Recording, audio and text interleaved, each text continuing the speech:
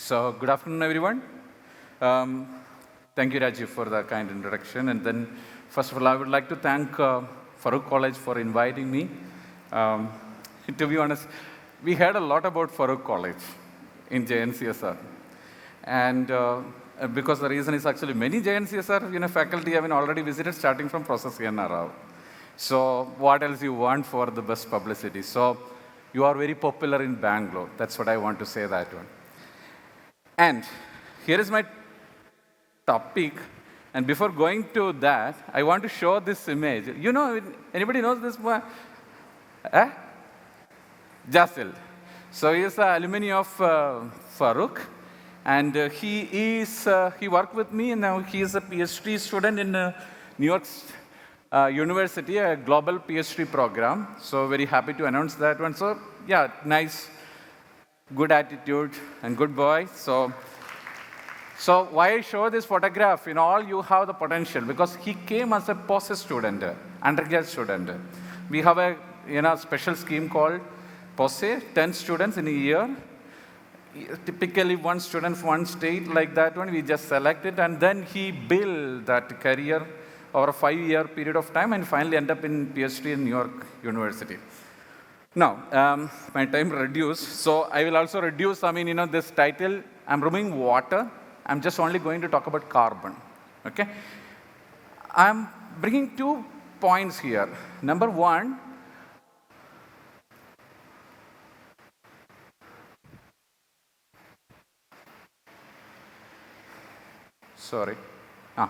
Number one, so we are living in a world with a lot of items regularly we use.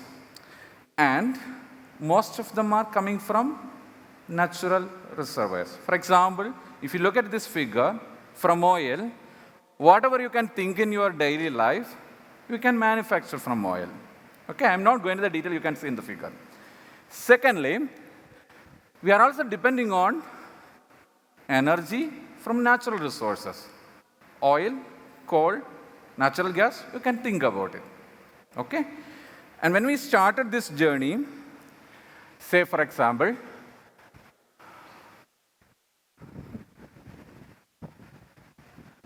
this pointer is having problem.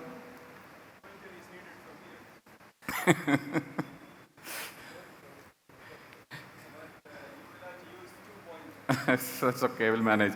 So when we started this one in 2015,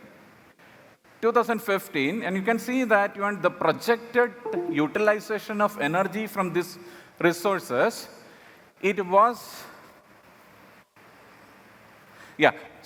actually, you can see that this is here, and by 2040, and as you see that one, it is expected to be this one, but it is not the case. It is actually going in exponential way, okay?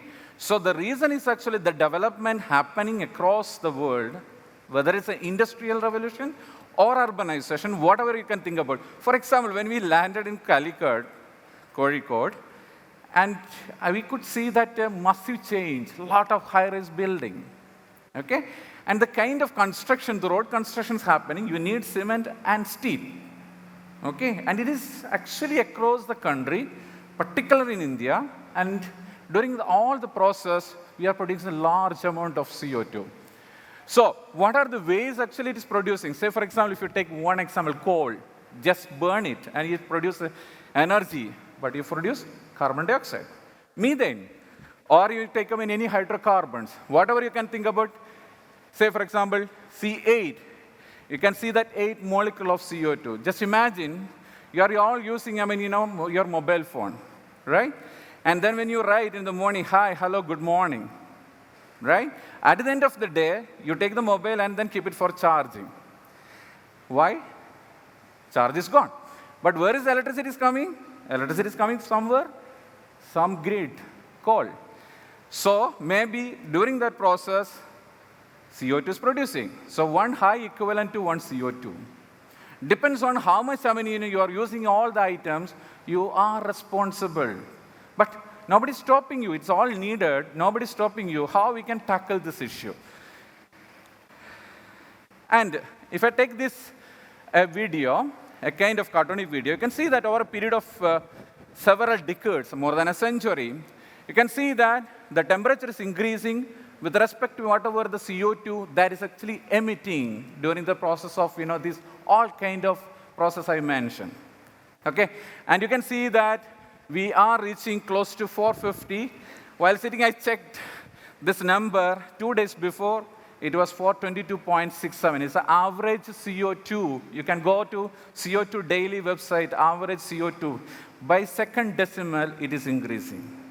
Okay? And the targeted one, so we should restrict to 450. Otherwise, the problem is really, really big. Say, for example, one report I want to show. This is a report by International Panel on Climate Change.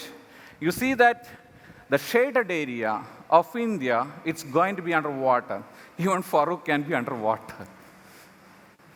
In another way, if we talk about, if we are not taking proper attention. Okay? So we need to address and we need to take care about the land we have, the globe we have. So there are a lot of, the world leaders talking about, yes, the global warming is because of India and China. Somebody mistook in a different way. Actually, the fact that it was praising the development is happening in India and China. Okay? And there was a report also. You can see that one. Per capita CO2 emission. You see that after 2000, you can see that China and India, the per capita CO2 emission is actually much, much higher compared to other countries. Okay? This is also a good sign that we are developing. We have a good development in these countries, but we don't know how to tackle. There are a lot of ways to do carbon neutral. That's nothing but the nature is taking whatever the CO2 emitting, nature itself taking care about that one, and then keeping the neutrality. Or carbon negative, remove the carbon from the atmosphere and dig it into the earth or in marines, carbon sequestration. So what we are going to talk about, net zero, carbon net zero. We are all talking about net zero. Every day you might be seeing in the newspaper, wherever the media you are going there. So this is nothing but capture CO2, converting to useful and efficient fuels.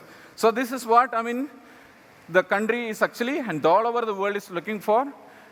There's a term, Panchamrita to net zero. This is actually, we took a pledge, our national leaders, they took a pledge. We are going to be the carbon net zero by 2070, 2070, we are going to be the net zero. There are a lot of steps. Step one, raise the non-fossil fuel-based energy capacity of the country, 500 gigawatt by 2030. And then use the renewable energy 2030, and then reduce the total projected carbon emissions by 1 billion ton. 1 billion tons of carbon dioxide should be reduced by 2030. Reduce the carbon intensity of the economy to less than 45% by 2030, and carbon neutral emissions by 2030. So this is going on, but we are in 2023. To be honest, based on my observation, based on my experience, it is a very tough task. Very, very tough task, because the kind of the development is not able to accommodate whatever the strategic plans imposed by the government. It is a very difficult task. Then, if I take it away, once again, with all these introductions, so this is our research activities. We do CO2 capture directly from air, CO2 reduction, thermophoto, electro, and utilizing water splitting, use that fuel cell, hydrogen or whatever the methanol use, or any other fuels you can use in fuel cell. And then just to produce electricity along with the carbon dioxide, we capture back and then you can use it that one. Kind of a sustainable cycle we are creating. What my job is actually to develop the material as a potential catalyst for these processes. Okay? We use the fundamental concepts of chemistry and other, the fundamental science to design the catalyst, tune the catalyst, to improve the performance, and utilize the chemical engineering to improving the performance better. Now, for the students, you all know carbon dioxide is a linear molecule. And because of that reason, this is very stable. There are a lot of reports, you can see that one. If I take a little bit more, you can see that it's a non-polar, and carbon has sp hybridization, and oxygen is sp2 hybridization. And there is electronegativity difference between, you all know that. And there is a positive potential, positive charge on carbon and negative charge on oxygen. And because of this reason, carbon is electrophilic and oxygen is nucleophilic. Okay? So, as a catalyst guy or material guy, how to design the catalyst? You have to have a metal deficient catalyst or you have to have a metal donor catalyst. Depends on what product you are looking for. Okay? Whether oxygen is adsorbing or carbon is adsorbing at the surface of the catalyst, you have to design based on this one. So it is a linear, how to bend it. When it bends, it will be activated. You also know this diagram, molecular energy level diagram. You are all very familiar with that one. If you take carbon and oxygen, there are 16 valence electrons are filled in 4 sigma HOMO and 8 electrons in 2 pi LUMO. The trick is actually how to tune this LUMO based on your catalyst. How much you can tune, that will actually detect the conversion and selectivity of CO2. And this can be through anionic or cationic and depends on that energy difference. And you can see that if you take, this is a 1961 paper, you can see that if it is a linear molecule, that's nothing but 180 degree.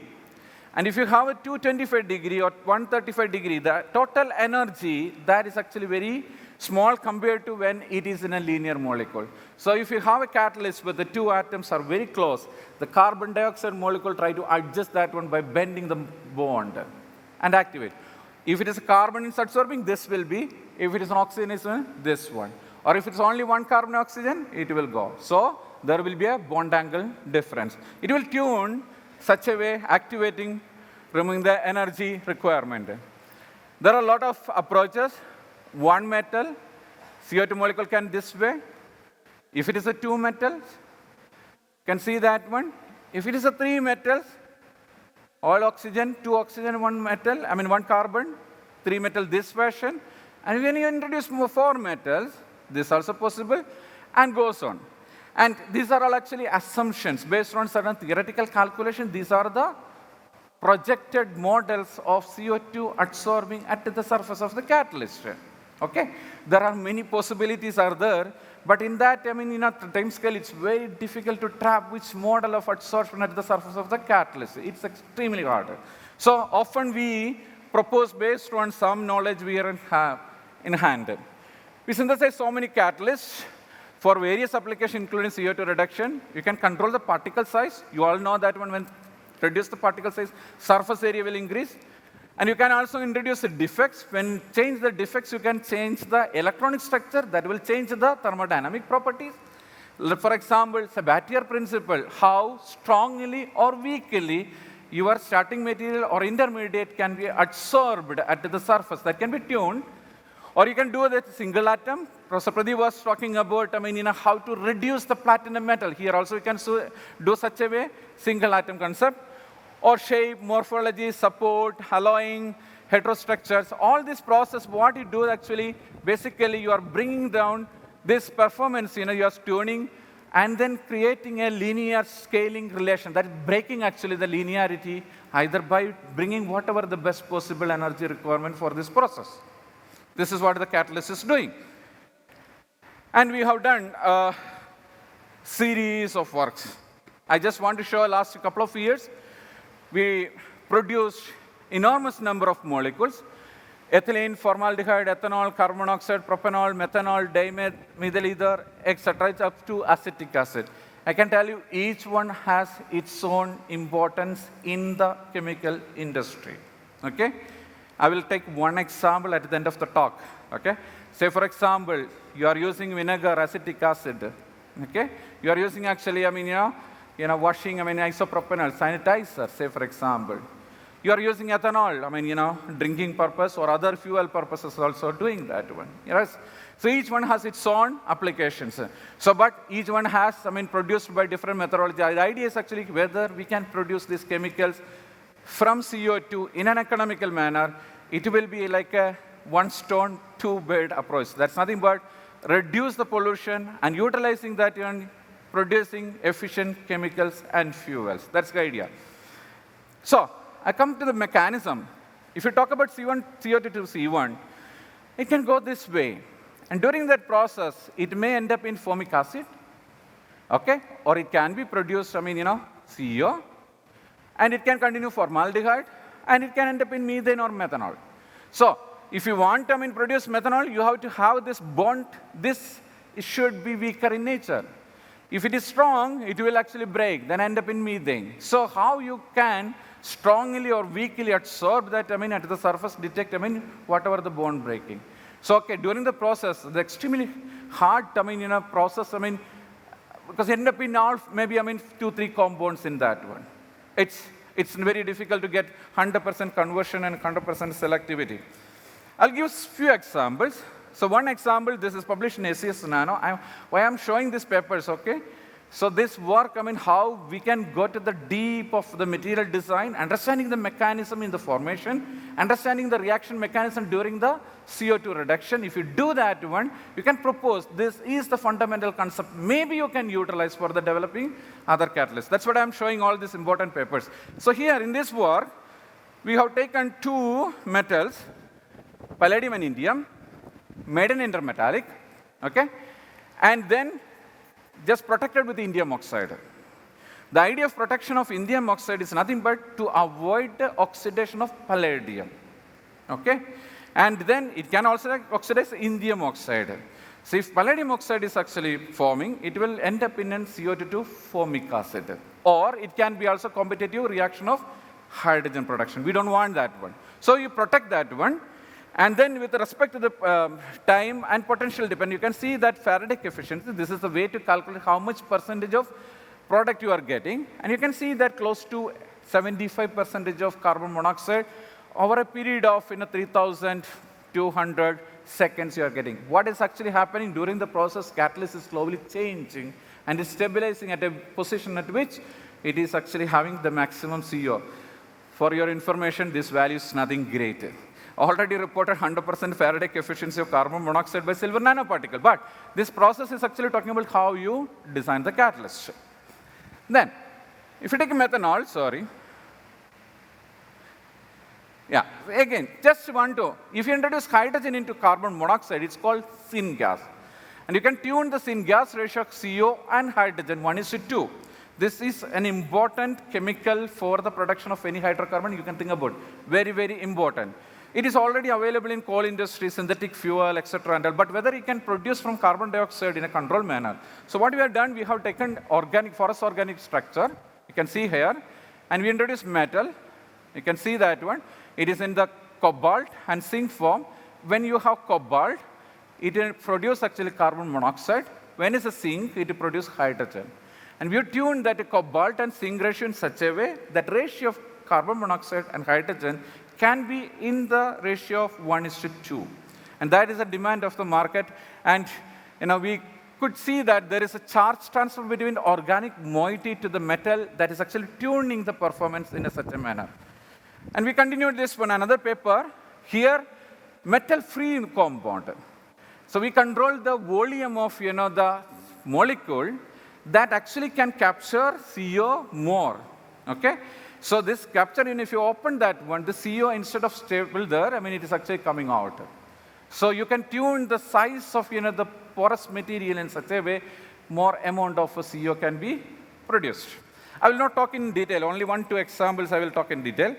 And another approach, if you take, for example, nickel and indium. Nickel is well-known catalyst. Nickel, as a nickel metal, if you use it, CO2 can be converted to methane. And indium can be used for CO2 to methanol.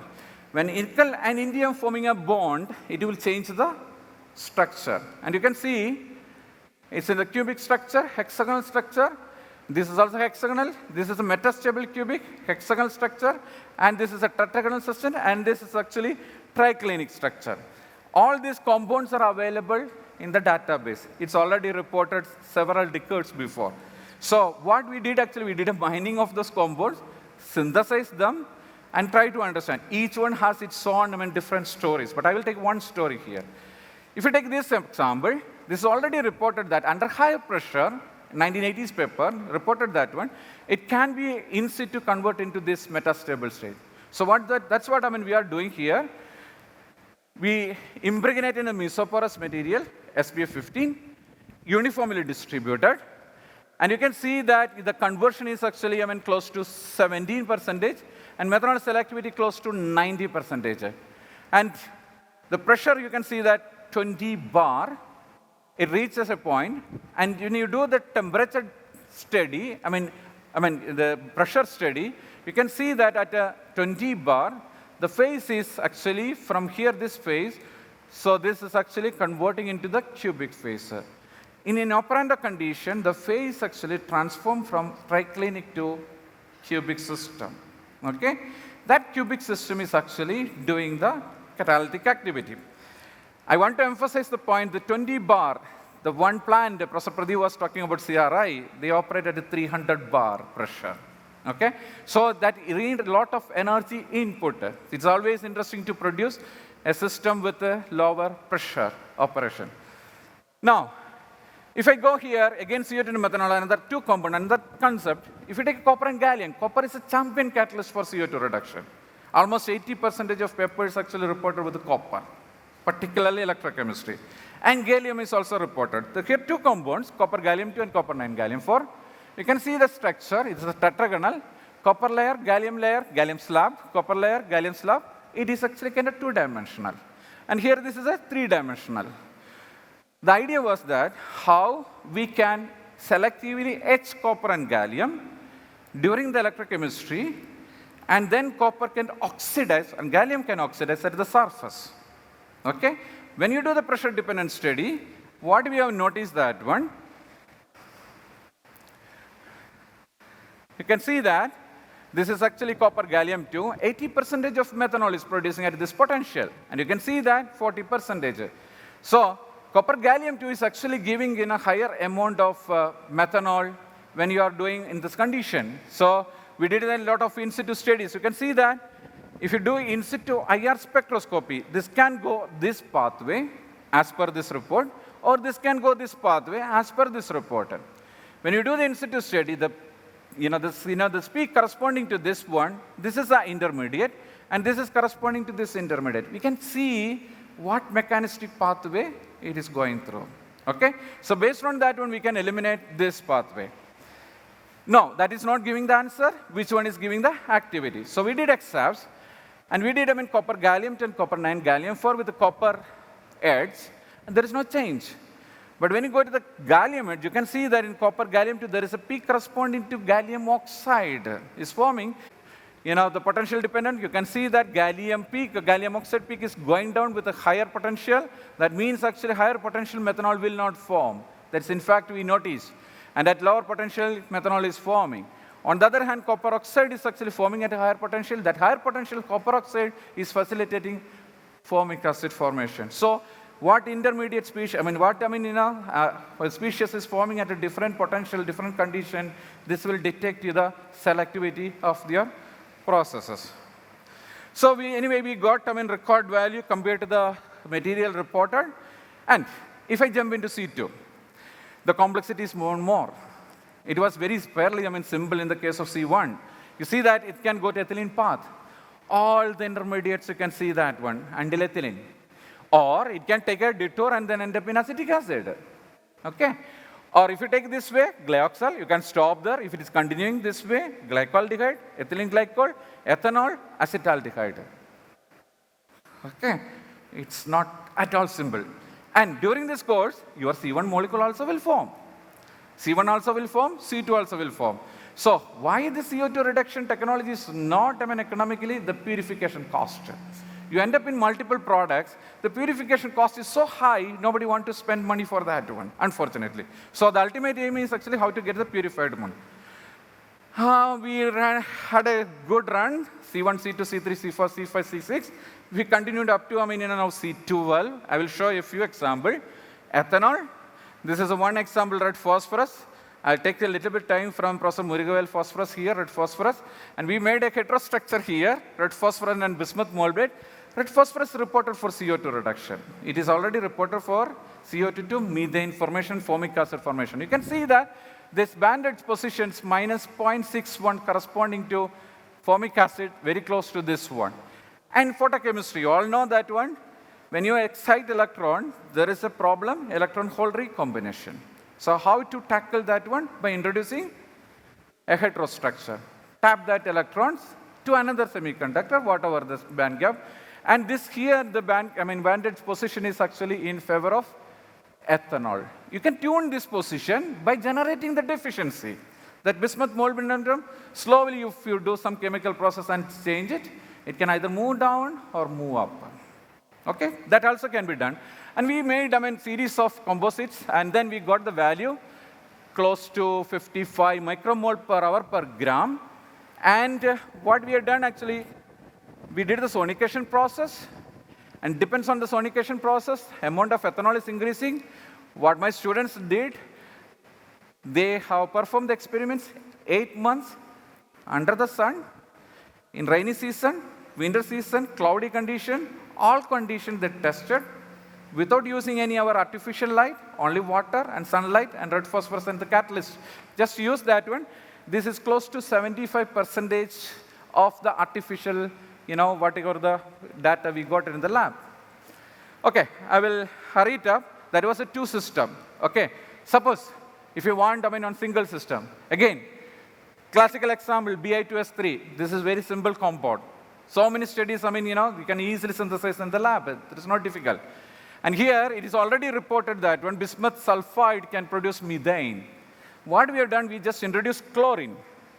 And it makes a beautiful star-shaped structure. What it does the chemistry, here bismuth is only bismuth 3+. When you introduce chlorine, this bismuth is actually changed to 3 different bismuth. One is bismuth 2+, and bismuth 3+ delta plus, and bismuth 3+ delta minus. So there is a charge polarization. When it is a charge polarization, that bismuth, adjacent bismuth, absorbing CO and CHO molecule, stabilizing, and it is actually in a reachable distance for the coupling, CC coupling. So because of that one, we are getting C2 product. So the material tuned in such a way to facilitate that one. With this one, we got, I don't have the data here. With this one, we got, close to, 99% of this one. And we end ahead with the ethylene. I'll just run through here, introduce a vacancy here. Again, tune this band gap, 99% what you call ethylene we produce. I just want to show this data here. You all know that one zinc sulfide, wurtzite. You all went out studied that structure in your textbook. Okay? So what we have done, zinc, left-hand side copper we have taken, and right-hand side gallium we have taken. Okay?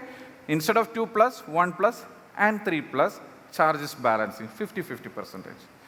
And then that is actually introducing a copper +1, and it is not that one. During that process, this copper coming out, it is forming copper oxide, that is copper 2+. So already system is having copper 1+, and then you introduce a copper 2+, it's actually making the magic of CO2 to ethylene formation. This is also a record value as per the photochemistry. And then we had acetic acid. I'm going through that one at the interest of the time. And we tuned this ordering and disordering nature of the sample. And we had isopropanol. Here we tuned, particle shape. You can see that this is a sphere and this is a cube, palladium copper. Sphere is actually nothing but 111 crystallographic plane. Cube is 100 crystallographic plane. When you have a system with a 111 and 100, the packing density will be different. When the packing density difference, automatically the distance also will be different. So then automatically the charge distribution also will be different. So both are forming actually isopropanol, but the amount of isopropanol formation will be different the way you make this compound in different morphology. In fact, got, in the case of cube, highest value of the isopropanol, here close to 17% compared to a sphere, it is around 10%. I take a last example in this series. This is butanol. Again, very simple compound, Fe2O3. You are mentioning about that one. You take Fe2O3 and you just heat at a high temperature in presence of CO2 and pressure, it will form Fe5, C2. That is reported. That is actually good for CO2 to paraffins. It is reported. What we have done actually, We introduced indium into the lattice of Fe because both are similar size, same oxidation state, and slight difference in the chemical nature. Because of that one, there is a strain generated with that one. Because of strain, instead of this mechanism, it is going to higher alcohol and olefin. Okay? So we have detailed all this one. So what it's actually doing, while doing this one, the amount of CO2 absorbing at the surface is also increasing. And the intermediate corresponding to C4 and C5 actually stabilizing at the surface with that modification of the indium substitution. And then further promoted with the potassium. Okay, so we have series of papers. I mean, somebody wants to read. I mean, article. Everything is there. But I want to take one compound, methanol, out of this all compound because, well, I did a lot of work in that one.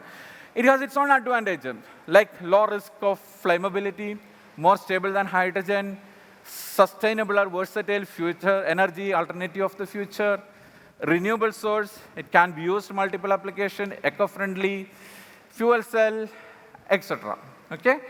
And our government already proposed methanol economy when it was in 2015. It's going to introduce M15. That's nothing but 15% of methanol can be blended with the gasoline, can be used as a fuel. It's already being used by different countries. For example, Israel, M15. Italy, A20, that is 15% methanol, 5% of ethanol, and then the remaining this one. M100, Chinese already introduced the taxis in Beijing, etc. So, this is nothing new.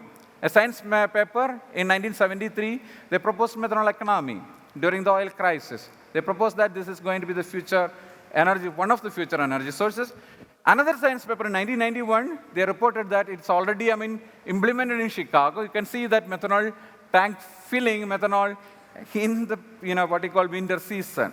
Okay? Unfortunately, United States did not take it forward. Instead of that one, ethanol have taken E10.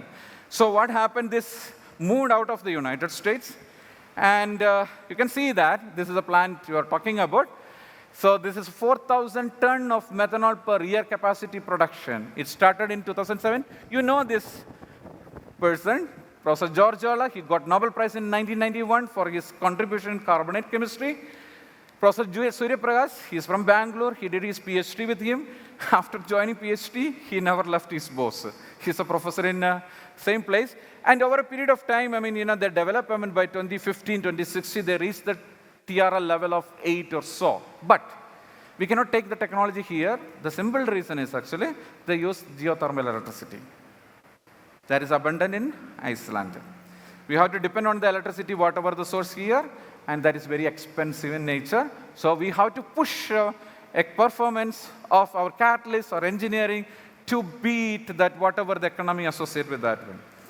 So we have developed a lot of catalysts. I just compare one parameter, space-time yield.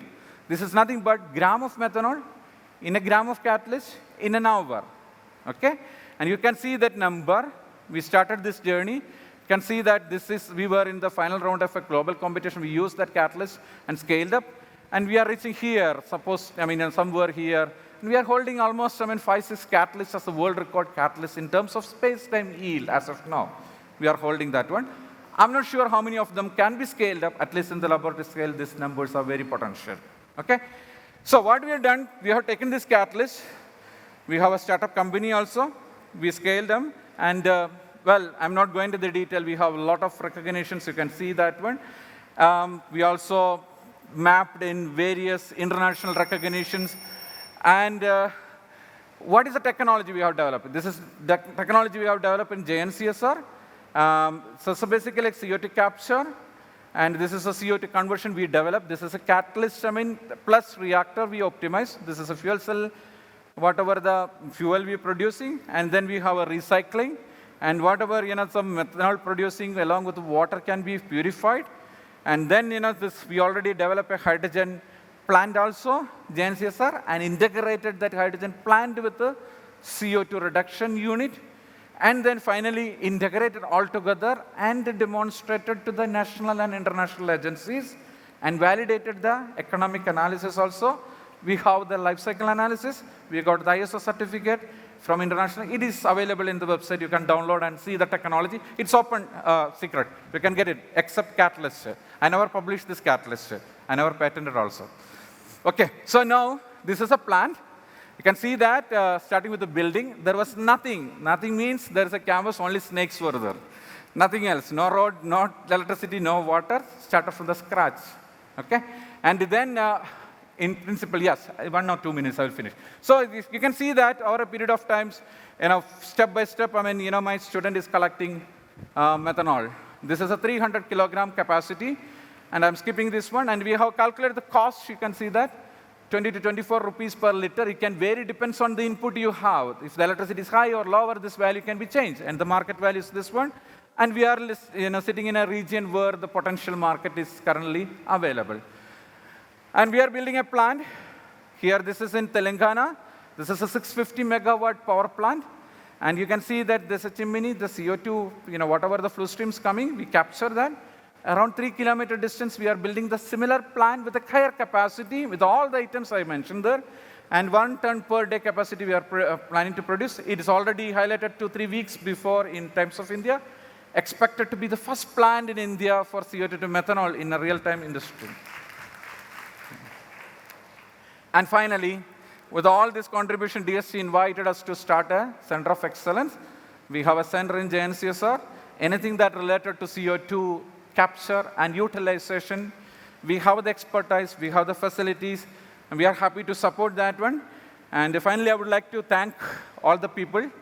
First and foremost, Professor Rao. When I started this one, I did have nothing. So as simple as it, nothing was there, not even the lab. So he supported. But after that, I took it myself. And then I just, generated a lot of funding from various funding agencies. And with a huge contribution from my students. All the catalysts I was talking about, their immense contributions there. And a lot of collaborations also involved. And finally, we started from here. Okay, so we are growing as a tree here. So we reached, growing different branches. And at the same time, we are going to the root also. We produce carbon nanotube. Okay, I don't know the chemistry now as of now, yet to understand it. So we are going in different directions, whatever the compounds we can synthesize. And finally, hope we can have a net zero by 2070. But my age is superannuation only 2043. So what I'm saying actually, the young generation has to take in the what you call this knowledge from here and then move ahead. Thank you very much. Thank you. Energizing talk with very less emission of CO2. So that is really interesting. So I want only one question. The gallium system that you said, there is gallium is coming off the surface or coming to the surface. What did you say? Yeah, gallium is slowly etching to the surface. Right. Yeah. So when the gallium is moving to the surface, along with that, the adsorbate sitting on the surface, its geometry is changing. Yes. So therefore, I think, gallium movement has a dynamics. True. The adsorbate has another dynamics. Absolutely. So if this resonance doesn't work, then the process is going to be disrupted. Absolutely. How do you control that, and what are your thoughts on that? Okay. So for that purpose, we did the flow cell design. Yeah.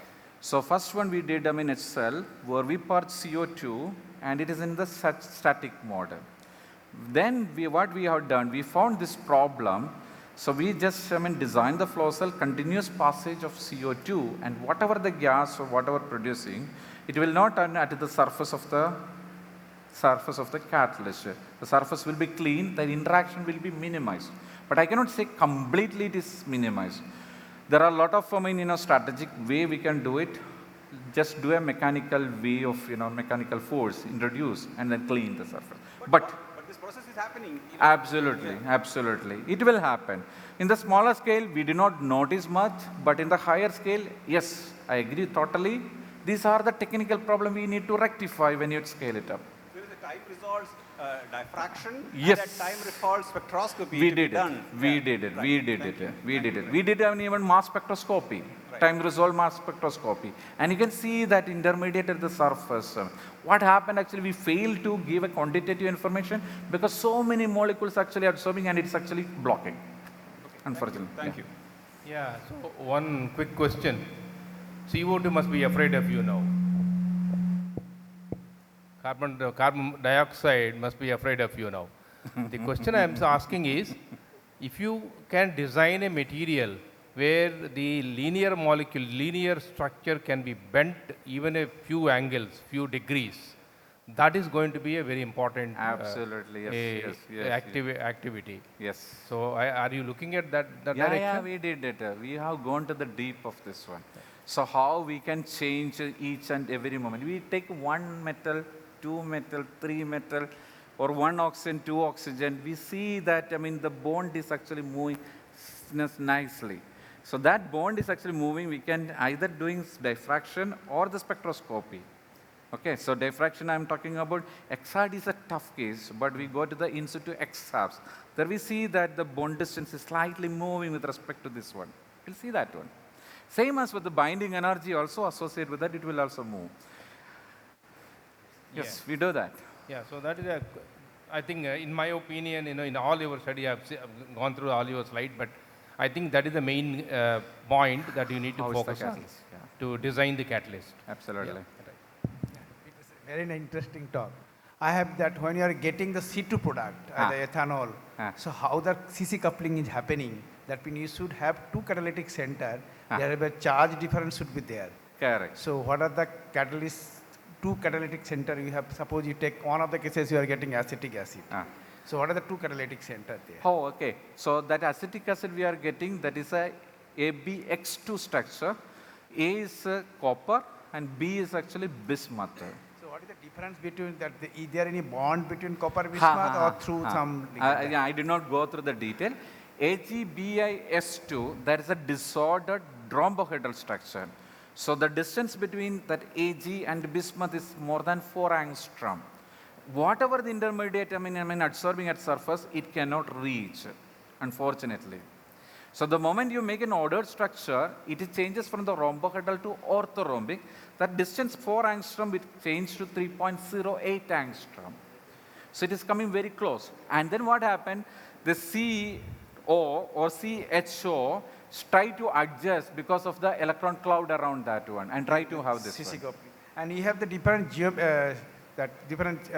structure, you have orthorhombic, triclinic, cubic. Yes.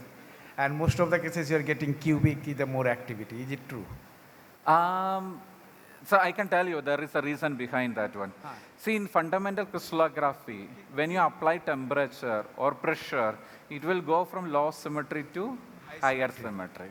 So during this process, so that always is observing you. Yeah. Thank you. Yeah.